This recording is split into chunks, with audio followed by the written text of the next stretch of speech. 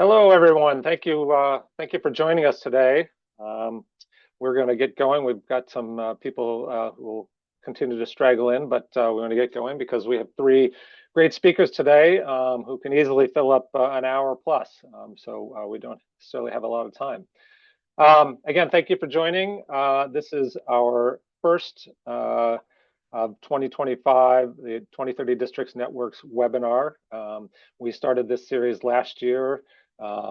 As most of you know who are involved in 2030 districts locally, education sessions are really a key component of what is happening on a local level. And we felt that we had an opportunity at the network level to provide education that was valuable to all of our district members and throughout the country and Canada. So we had some successful webinars last year. This is our first session this year, and we look forward to having several more. So today we have three speakers. Paulina Torres is with JLL, Missy Stults is with the City of Ann Arbor, and Erin McDade is with Architecture 2030. And I will not go into a long introduction, but let them introduce themselves as we go forward. So our other three webinars planned for the year are not actually on the calendar quite yet, but one will be about mass timber, one will be about the insurance realities in our new climate, and a third will be about building technology. So keep an eye on your email and social media, and you'll be able to sign up for those webinars later in the year. So, as most of you know, because you're involved with a local 2030 district, or you get an email from us, you know what a 2030 district is: a private-public partnership. Property owners, managers, service stakeholders, community stakeholders are in our three different types of members. And we're all trying to reduce emissions in existing buildings 50% by 2030. We also have a new goal of zero emissions by 2040. I won't go into a lot of details, but I will tell you that we are now we have 24 districts, two of those in Canada, 650 plus million square feet, and quite a few members, as you can see there. And we continue to grow. We have two new districts coming online this year. And one of the goals of the network is certainly to convene the existing districts, but also to continue to expand. So that's something we're looking forward to as we move forward. And I guess I would just have a real quick comment about the value of the districts. One of the things as we have continued to mature that we have realized is that all of the districts chase after the same goals. As I mentioned earlier, those are goals provided by Erin's organization from Architecture 2030. So we all speak the same language, but we all do it a little differently. And what's so valuable is the local programming that's going on in the districts around the US and Canada. Just a couple of examples here, I won't go into them, but they really are bringing local value and meeting the market where it is. And that's what's so important. And without getting into politics, I think we all know in this country, and the federal government is pulling back from climate action right now. And I think that's reverberating throughout Canada and the rest of the world. So without getting into politics, I won't make any comments on that, but I will say that I think it really speaks to how important local action is on climate. And we really feel strongly that 2030 districts are a perfect antidote for what's happening at the federal level. These are a word that we use quite a bit is, these are the boots on the ground. These are the people locally making a difference, helping buildings, 1 kilowatt at a time. And these are the actions that we really think are important. So just details for today. We are recording, and we can send out the recording if you're interested. Please use the chat feature to ask questions and stay muted. We'll have time for some questions at the end. So with that, as I mentioned, we have three speakers. We're going to start off kind of on a global level. Erin McDade from Architecture 2030 will speak, then Paulina from JLL, and Missy will wrap it up on kind of a local level. So with that, I'm going to pass it off to Erin. Thanks, Dave. Let me get my presentation up here for everybody. So as Dave said, my name is Erin McDade, and I am the Senior Program Director at Architecture 2030. And we were the parent org of the 2030 Districts Network back at the beginning, very inception of the first districts. And as Dave also said, you set me up really well, in fact, for my talk, Dave. We are the one that set out the targets for reduction for emissions reductions, and we continue to set out those targets for various industries. And I am going to talk in this talk a little bit about how much progress we have made amongst those targets. But from a broader perspective, I'm calling this talk Countdown to 2030 um, Beyond Politics. And so I'm going to talk a little bit too about how our work, and by our, I mean yours and ours at 2030 and ours in the entire built environment industry, has progressed despite and throughout kind of the political landscape that we have all been through for the past couple of decades. So to start out, as we all know, Architecture 2030 has established emissions reduction targets for the building sector. And since 2021, we have been calling for a 50 to 65% reduction in CO2 emissions by 2030 and aiming for zero by 2040 for, again, global built environment CO2 emissions. So the 2030 Districts Network is aligned perfectly with the targets that we're calling for. And looking from a global perspective at the progress that we have made so far, starting in 2010 to 2023, we see that globally, our floor area increased by 35%. And to put that into perspective, that's the equivalent of two building stocks of the entire United States. And that includes all the supporting infrastructure, landscape, et cetera, to support those buildings. So this is a massive amount of global floor area that we have built in that 23-year time frame. But despite all of that, our global energy use has only increased by about 12%. And even more exciting, our emissions have actually dropped. We don't have very specific data starting at 2010, but for the last couple of years, we can see that we have achieved an emissions reduction of almost 5%, actually. So despite adding two whole United States worth of buildings, infrastructure, et cetera, we are actually have reduced our global building sector emissions, which is just tremendous. And a significant part of the reason for that, and you can see this really captured in the decrease in energy use in comparison to floor area growth, is because of energy efficiency. So the new construction and the renovations that we're undertaking are just dramatically reducing our energy consumption, resulting in this global reduction. The other thing that's really driving this is a change in our electricity grid globally.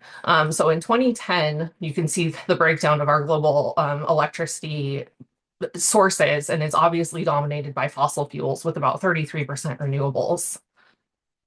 But if you take us out to 2024, March of 2024, we see a dramatic shift in that, massive reduction in our fossil fuels, and up to 55% of our global electricity is coming from non-CO2 sources. And obviously, this will continue to change. And that is driven in large part by the fact that solar, as of 2020, is the cheapest source of electricity that we've ever seen in human history. And more money is going into solar generation than into all other electricity generation sources combined. So just kind of a monumental shift in our supply sourcing of energy and electricity for our grids. But when we look at the United States, where we're all really working, it's even more exciting. So between 2005 and 2024, a longer time frame here, we can see that our floor area increased by 70 billion square feet. And to put that in context, that's 44 Chicago's. And again, all the buildings, all the infrastructure, everything. So again, a significant amount of floor area growth in that time frame. But our energy use decreased. We decreased by 16% in that time period. So again, energy efficiency playing a really significant role here. But what I think is really interesting is that we can overlay the kind of political landscape of that time frame on top of this, and we can see that essentially who was leading our federal government had zero impact on our energy consumption. In fact, we were reducing pretty consistently and pretty steadily, no matter who was leading the government, no matter what policies were put into place. And if we look at emissions, it's an even more exciting chart. So we can see that in that time period, again, very consistently, very steadily, we have seen a total of a 32% reduction in our emissions consumption, again, despite 44 Chicago's being built in the US. So the work we're doing as a building sector in the United States is just pretty amazing, really, considering everything. And again, a lot of that is driven by energy efficiency, work that you all are leading, but it's also driven in large part by this massive shift in our grid, in our electricity sources, getting up to almost 50% of our electricity being generated from non-CO2 emitting sources as of last year. It's going to be even closer now, obviously. And if we look at that from a solar generation perspective in the US, again, keeping in mind that it's the cheapest electricity source ever, we can see that no matter who's been in office, that price per watt has just continued to drop almost exponentially. It's flatlining as it gets close to zero. It, couldn't get much cheaper really at this point. While simultaneously, our generation has just continued to grow exponentially. And given that it is such a cheap source of energy and that this exponential generation growth trend has started, we see no reason at 2030 why anything, including tariffs or other federal policies, should have a dramatic impact on this. People are still going to continue to source the cheapest possible energy that they can get. And so this trend will continue and our electricity grids will continue to decarbonize. And just to bring it even closer to the work that you all do, if we look at CO2 emissions intensity, so the pounds per square foot for our commercial and our residential sectors, we can see that between 2005 and 2023 in our commercial sector, we have reduced our emissions intensity by almost 50%, and our residential sector by almost 40%. So if we go back to those targets, a 50 to 65% reduction by 2030, y'all are already almost there. You're right on track with what we need to be achieving to meet global climate targets.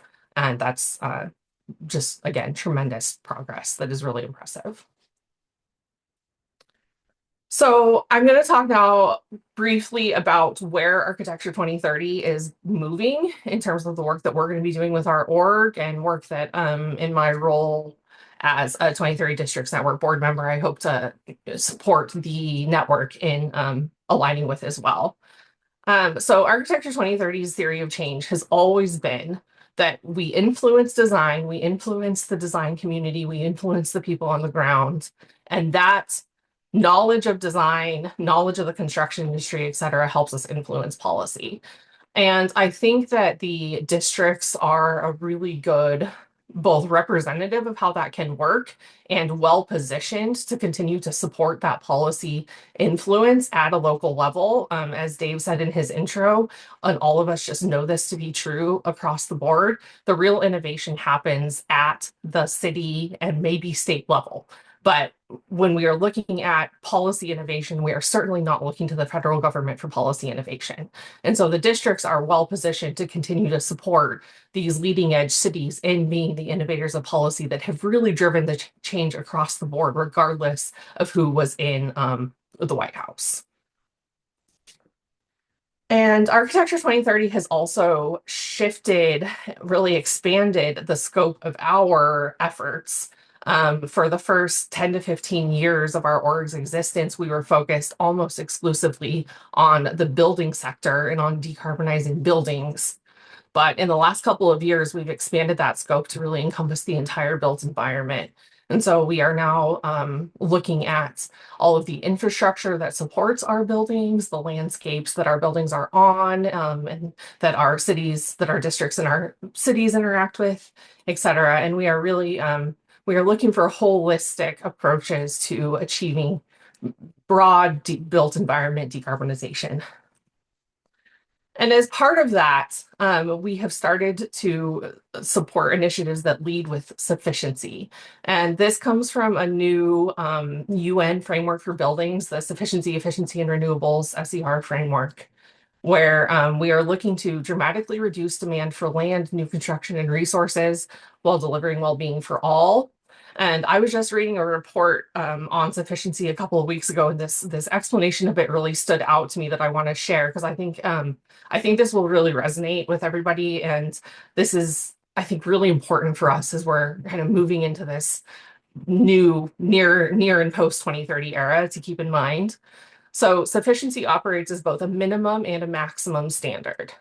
Sufficiency as a minimum ensures decent living standards for all, while sufficiency as a maximum calls for avoiding unnecessary energy and resource consumption to stay within the limits of planetary boundaries. So it's not just a conservation, it's not just a reduction framework or theory. It's a theory in which everyone has what they need while we're still keeping the planet operating as it can and is intended to operate.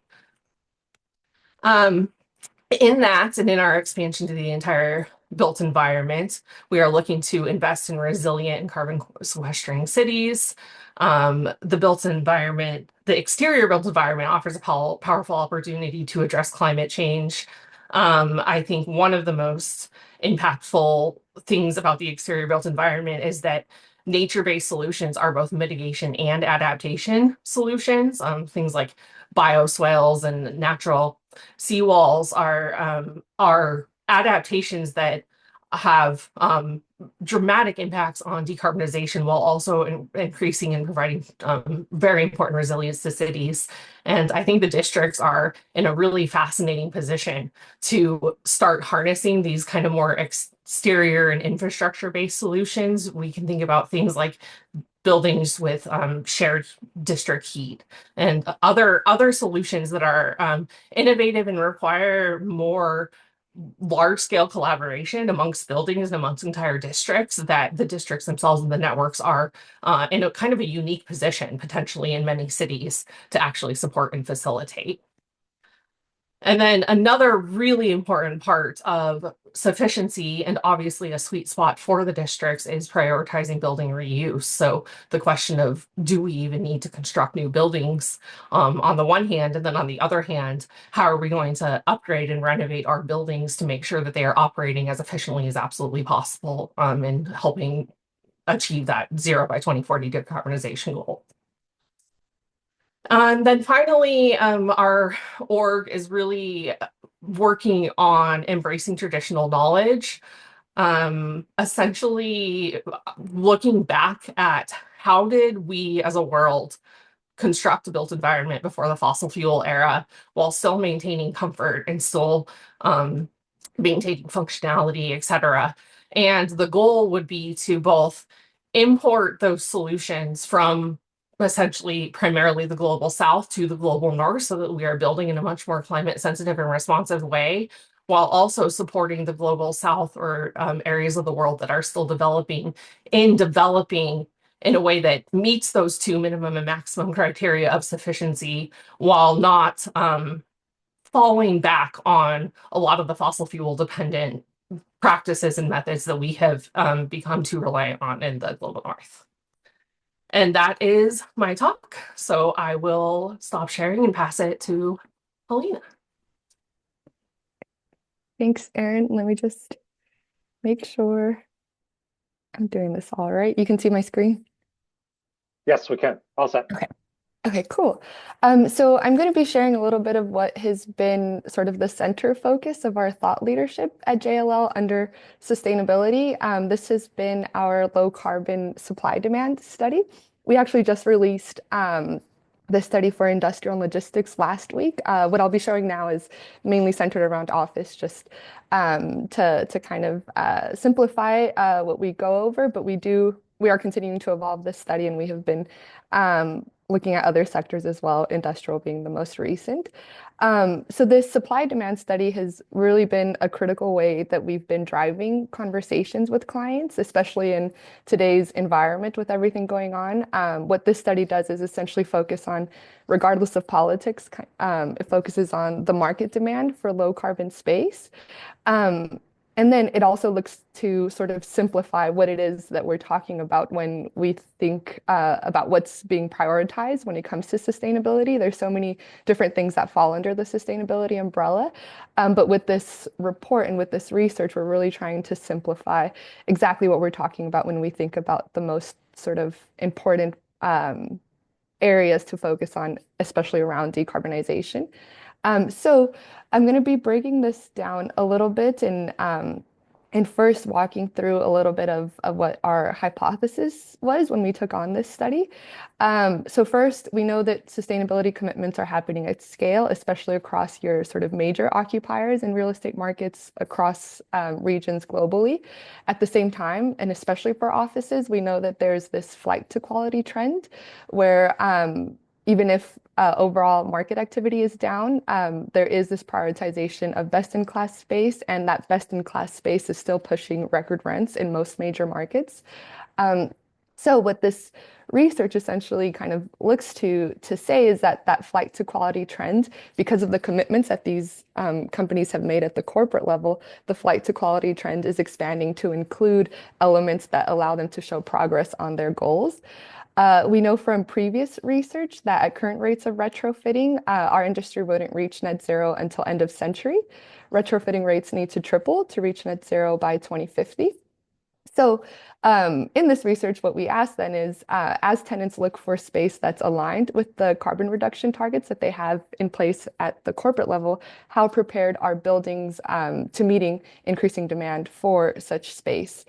And our hypothesis, because of what we know from our retrofitting research and from what we know about what's happening on the ground, is that markets and buildings and the built environment is essentially not very prepared. And what we do with this research is essentially try to quantify that. So to break that down a little bit, first with flight to quality, here just to show you at a market level in terms of trends, what that really means, you can see that, while you might hear or see headlines about office sector, for example, being challenged, a slight recovery these days, but overall still facing challenges since the pandemic. It's important to break down what sort of subsets you're talking about within the office sector, because as you can see here, the best-in-class space is still pushing record rents in most major markets, and this is especially true in the United States. So this again means that even though market activity is overall down, where tenants, and especially your major tenants, are leasing space, they're increasingly demanding more out of the spaces that they lease. Then at the same time, as mentioned, we know that most major corporate occupiers have commitments in place to reduce emissions. Currently, there are over 10,000 companies signed on to the Science Based Targets Initiative. And these commitments, for most of them, they include a specific target to reduce emissions by 50% by 2030, which is in just 5 years. We know that average lease terms are 7 to 10 years. So this means that for most occupiers, the next lease that they sign is going to collide with that first important sort of milestone target of reducing emissions by half. From our own client base, we have seen our occupier clients committing to these targets and making more aggressive targets to reduce emissions than our investor clients. So we're starting to see this demand for low carbon space really coming from our occupier clients, which again really means that they're starting to draw that line between the way they lease spaces and the site selection criteria that they include, and the commitments that they've made at the corporate level. So what that means in practice, when they are including elements of their corporate commitments, this means that they're including specific targets around energy use intensity, looking for spaces that are energy efficient. They're looking for spaces that are fully electric or run on no on-site fossil fuel systems, or have plans or look for landlords that have plans to get the buildings there. And it means that they're looking for buildings that source 100% clean electricity, or landlords that have plans to get the buildings there. And we're already seeing tenants have specific, for example, EUI targets for the same as they include access to gym or proximity to public transport. They'll include specific EUI targets in their site selection criteria or specific requirements for fully electric buildings, for example. And then that's for existing buildings. For new buildings, we're also starting to see more and more clients include specific targets around embodied carbon. So they're really kind of, again, simplifying what it is that you're actually looking for when carbon and when looking for low carbon space is your priority. And this is essentially showing what that looks like, right? So with our research, when we essentially look to match up this increasing demand for low carbon space from tenants with carbon commitments and their future requirements between now and 2030, when we match that against current stock and construction pipelines across these global markets that were included in this study for office, we found that only 30% of future demand for low carbon space will be met given current construction and quality of existing stock. So that's a 70% gap in terms of the amount of space needed to meet this demand. In terms of the representative share of the market, we find by and large that tenants with corporate commitments to reduce emissions represent the majority share of these markets, and it varies across regions, and it varies even more so across specific markets. But you can see over 50%, 70% in the Americas, which is about 8 markets in the US and 2 in Canada. Yeah, that 70% of the occupier base has commitments to reduce emissions. So because a lot of this is again occupier led, what this gap really means is that these occupiers are going to have to look for landlords that are willing to partner with them to get buildings to where they need to be, because we know that we can't rely on new construction and we can't rely on landlords doing this on their own. So that gap is really a call to action for more collaborative work to get the built environment to where we want it to be. And then to show you a little bit more detail on how this imbalance breaks down across markets, these imbalances are a function, or they can be a function of a few things: of low quality stock, inefficient stock, less access to clean energy. They can be a function of buildings that still heavily rely on fossil fuels. On the other hand, they can also be a function of low or high carbon target adoption across the tenant base. So it does really get interesting when you break this down. But to just call out one market, for example, Seattle has the lowest estimated gap. But it also, if we were to look at the share of occupier base with the carbon reduction target, it has one of the highest. With Seattle, what we're seeing is that the market, because of its grid, it has one of the cleanest in the country. It has also one of the most kind of aggressive policies in terms of decarbonizing the built environment. The stock is essentially much better prepared to meeting this increasing demand for low carbon space, even with the one of the largest shares of occupiers with these targets. So it does, again, just show the nuances and sort of the different elements that you need to look at when carbon is a priority. And to give some background to that, what we've been wanting to make sure that we're including in our conversations with clients, because a lot of the time they'll sort of say, I have a certified building, why isn't it meeting my corporate requirements for low carbon space? But what we're seeing in that kind of a realization come to a lot of our clients is that when it comes to emissions, you do kind of have to add extra criteria. Most certifications aren't necessarily good indicators of emissions in buildings, and this isn't a knock to the certifications. It's more that they're not claiming to be there. Most of the certifications that buildings have today are design and construction based, not operations based. So they're not inherently good measures of operational emissions, right? So it's more of kind of clarity for occupiers and investors to understand that they do need to look at those specific metrics that we mentioned earlier around EUI, around electrification, and clean electricity. And then just to touch on regulation quickly, as mentioned by Dave and Erin, we do see that local market regulation is really pushing the boundaries here, especially in the US, that it's going to a lot of the regulation that's impacting the built environment is going to come from local governments. And in the same way that we're seeing occupiers become increasingly kind of targeted to energy performance and to different elements around energy performance, we're seeing the same thing happen with regulation through building performance standards. We know 13 cities have building performance standards in place. Over 30 more have committed to passing them. by 2026 or earlier. And these standards are essentially directly setting limits on either EUI or emissions intensity at the building level.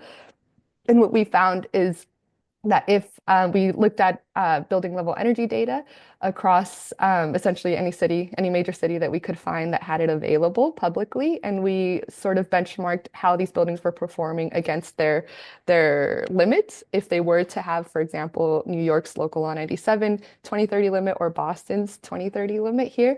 And by and large, it's about, I think across we looked at four, we also looked at Denver's and Seattle's. It's about 65% of buildings across these markets that would face fines by 2030.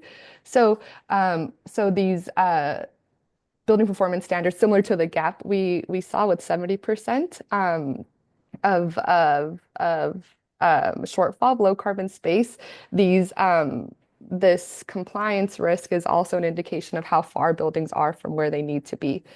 And then lastly, just to show you a little bit of sort of proof of concept, I mentioned earlier that we've seen more and more clients including specific metrics around energy use intensity in their site selection criteria. This is a few examples. We know Google is including electrification friendly lease terms in their contracts. We know we've seen clients agree to essentially pay more in this example, 7% more in rent to help finance the cost of a net zero carbon retrofit with their landlord.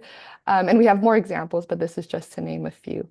And with that, I will hand it back. Great. Thanks so much. I think it's over to me. Well, hi, everybody. My name is Missy, and I am the Sustainability and Innovations Director for the City of Ann Arbor, Michigan. I'm going to tell us a little bit about what this looks like in practice. I'm going to tell that through Ann Arbor's journey, and bear with me for a second. I'll bookend this kind of what we're working on, how we're working with the 2030 district very tangibly, and then what this moment in time means for the movement we're working on. So welcome to Ann Arbor. We are the ancestral and traditional lands of the Anishinaabe and the Wyandot peoples, which of course, like many, was taken in pretty unconscionable ways. So I'm coming to you from City Hall, and I am lucky enough to work on this. This is A20. It's our community's plan, framework, goals, actions to achieve a just transition to community-wide carbon neutrality by 2030. So very much aligns with a lot of the conversation we're having here today. It's audacious, it's aggressive, and it's scientifically necessary. So this is what we work on. And happy to talk about what that looks like in practice. Very much the brand, kind of the identity, is that little logo that you see there, and everything is tied under that to make this as easy and understandable as we possibly can for the folks in our community that are engaging in the movement. Within the movement itself, so we certainly have this plan. We have these 7 overarching strategies. And while I'm going to talk mostly about what we're doing in the built environment, I just wanted to contextualize that, of course, we have to do all of these things. So we've got to figure out how we're powering our community with 100% renewables. We've got to do beneficial electrification. We have to replace our appliance in our vehicles with non-fossil burning. We've got to do deep energy efficiency work. We talk a lot about that. You all know intimately how much this lands like peas and carrots on a plate for people. So we've been finding more creative ways to help our residents do the things that will save them money, improve health and the safety of their space through efficiency, maybe while they're getting really excited about that heat pump that they want to get, which I'm sure you can believe this, people are very excited about heat pumps, or the solar system that they're excited to embrace. We also have to focus on land use and changing the way we move about our community by reducing VMT by at least 50%. We similarly have to move towards a circular economy, right? There is no away, fundamentally, when you throw something away. So how do we invest in more relational, keeping materials in our communities, still providing productive use as opposed to tossing them? So this is not just about recycling and composting. That's what most of us think about. It is way more upstream about how we question what we buy and why we buy it, how we repair things, how we pass them down when they're no longer useful for us, but still have a useful life, how we invest in local economic development opportunities that keep things and materials in circulation. Of course, climate change is here now, so we've got to work on resilience, focusing on the resilience of our people and our place. And then we have a crosscut, which includes things like our public engagement and outreach efforts, our metrics, our transparency, and our storytelling work, our commitment to equity and justice. Those things don't belong in any category. because they belong in every category. So they're kind of a crosscut. So that's just a little bit of context for Ann Arbor. And I want to tell you a little bit more. So I'm going to talk about in a second, what we're doing with the 2030 district, but here's some things that are kind of unique about the place that I get to work in.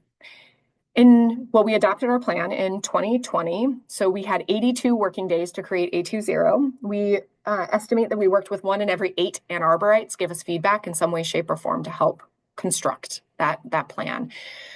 So that was passed right after the pandemic started, as we were in lockdown. So we worked on it pre-pandemic. Of course, pandemic hits. 2 years later, in 2022, Ann Arborites voted to tax themselves for 20 years to fund climate work. We became the 6th community in North America to do so. Pretty novel. 71% voted in support of that. Just last year in November, one of the, I think, stars that we saw in the election was Ann Arborites once again voted to create a supplemental, renewably focused, only renewably authorized utility opt-in. No one has to take service. That's rate-based, called a sustainable energy utility. It's the first in its country to do all the things that's proposing. It would authorize the utility. It passed with 79% of the vote.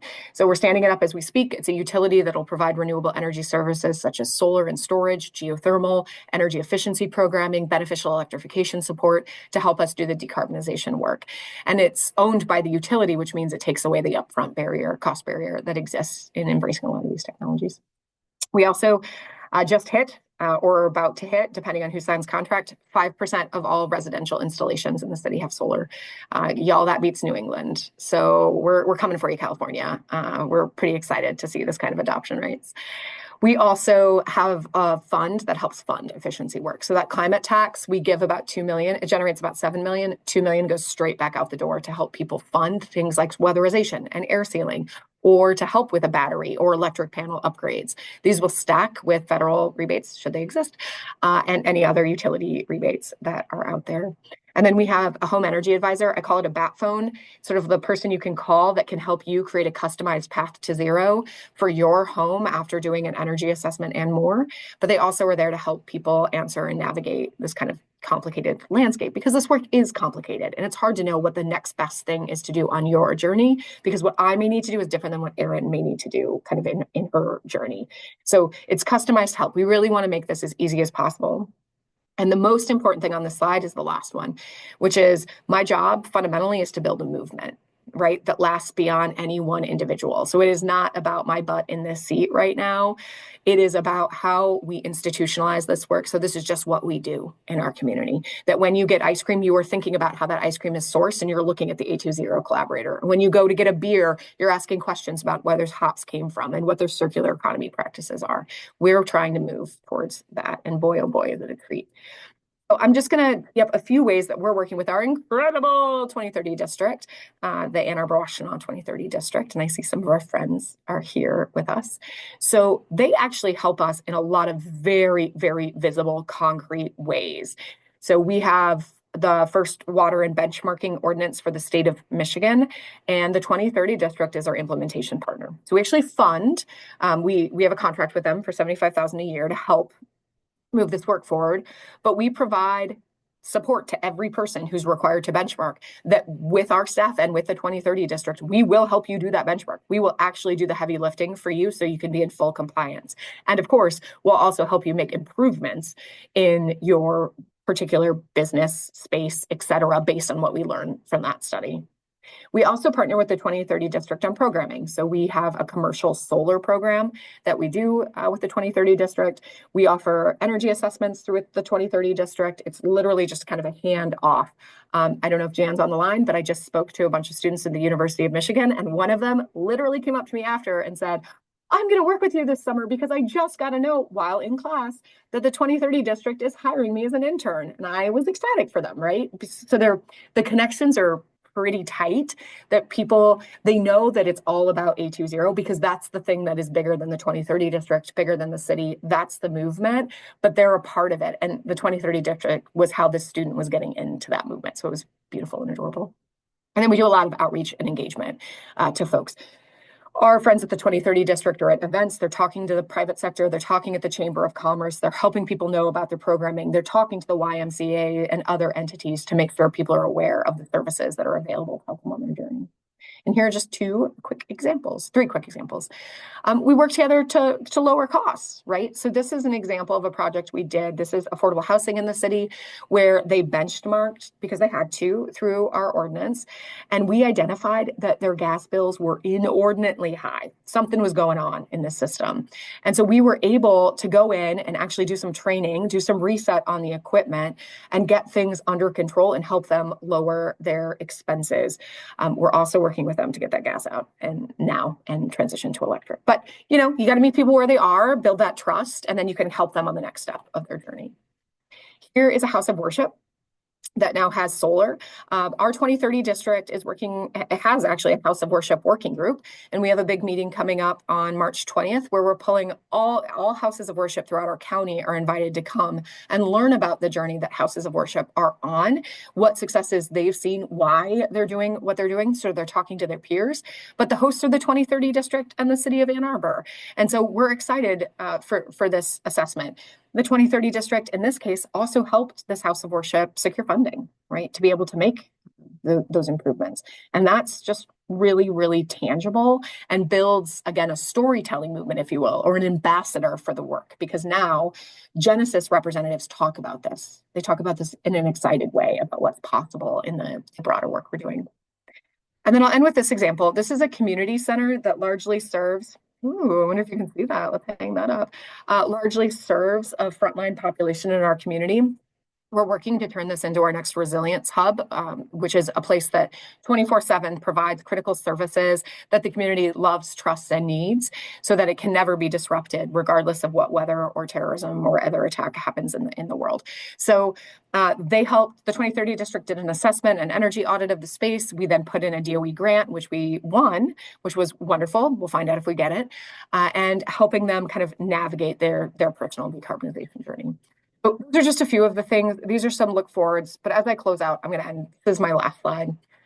We're in a moment, right? And this moment is not great.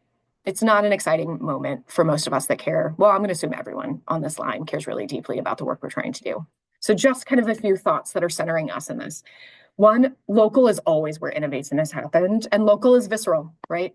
I don't have to talk to people about why are we flooding? What we're talking about is what are we doing to deal with that flooding, right? And so I think what we're going to see is locals really stepping into the space one more time to drive innovation in this landscape. Also, this is our time. There is no better time to do this work. The best time to have done this work was yesterday. The next best time is today. So we don't have a choice if we care about this topic. We still have to keep going. And of course, if we have complacency, we're sort of accepting what's happening around us. Not fighting is in fact a form of fighting. And so I think we have to really double down and center the values that we hold and push really, really hard to preserve what we want to preserve. Otherwise, we're saying it's okay for this movement to take place. And I just am unwilling on doing that. And so I'll end with an invitation. We're going to keep pushing. We're going to keep growing. We're going to demonstrate what's possible when you center equity and justice in a climate movement and achieve it. And we invite you to join us. So thanks, everybody. Great. Thanks, Missy. Really appreciate that. And I can't think of a better way to wrap up and motivate everyone. I think, as Missy said, we all know this is about local action. And again, that's what the 2030 districts are out there doing. And that's attributable to all the executive directors and all the staff at various 2030 districts and all the municipalities and members who are helping make that happen. So we do have a couple of questions that have come in via chat, and I'm just going to throw this open to all three of you to if anyone wants to address the data center issue. And it's a big issue. They're coming and will impact decarbing. What's the plan to support this growth area? And Erin, I see you saying yes, so maybe you have an answer. I'm not sure anyone has a concrete answer, but if you wanted to address that. Yeah, I'll address it. It's definitely obviously an emerging and not insignificant issue given the just tremendous quantity of energy that data centers consume, and by all indications, we will just be growing the demand for that, especially with AI pretty tremendously. I'm kind of two minds of it. On the one hand, we can still decarbonize while consuming a massive amount of energy as long as that energy is coming from renewable sources. So as long as our data centers are fully electric and as long as we're generating or purchasing renewables or consuming from a clean grid. On the other hand, there's the concept of sufficiency that I presented that we've just really been centering in our work.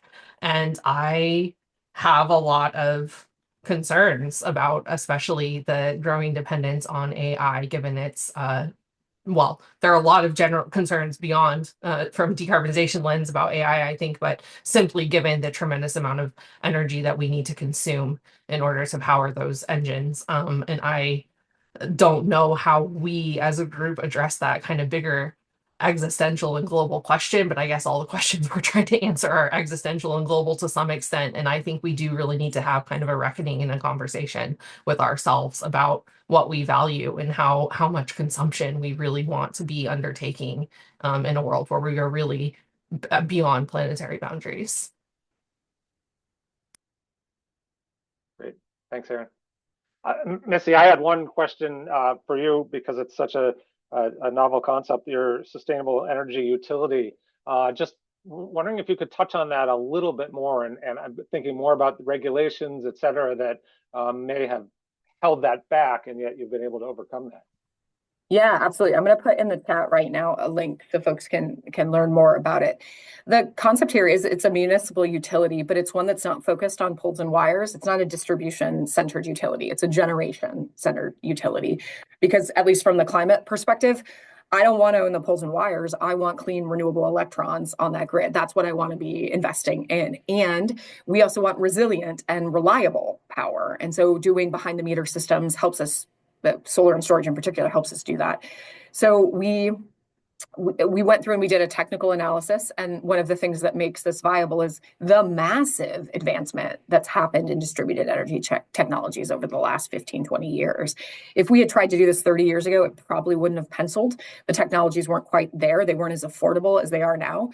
But we all know solar competes, right, on the marketplace and does really well. You have a return on your investment. It's why people are embracing the technology. And so the idea behind the sustainable energy utility was, well, let's lean into that.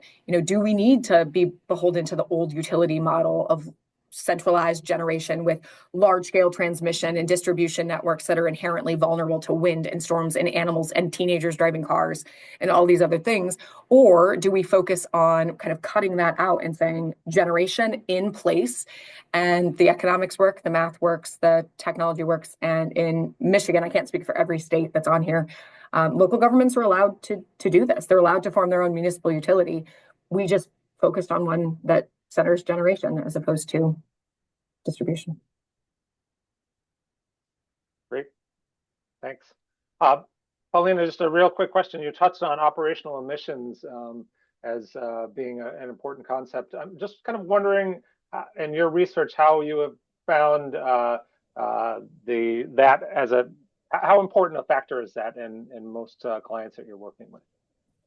Yeah, we're more and more we're seeing clients include again specific targets around either emissions intensity or energy intensity, but we're also seeing, especially in Europe, because of kind of the wide adoption of CREM, the pathways to decarbonization and kind of better intention to understand where buildings are in their pathways, knowing realistically, you can't expect to find net zero buildings in most markets today that meet all of your other requirements. A lot more understanding of looking for buildings or spaces that have an idea or a roadmap to getting there. So I think that's been something that's been emerging more and more. And I do think with building performance standards in the US, since CREM hasn't really been, is still kind of early stages for us here.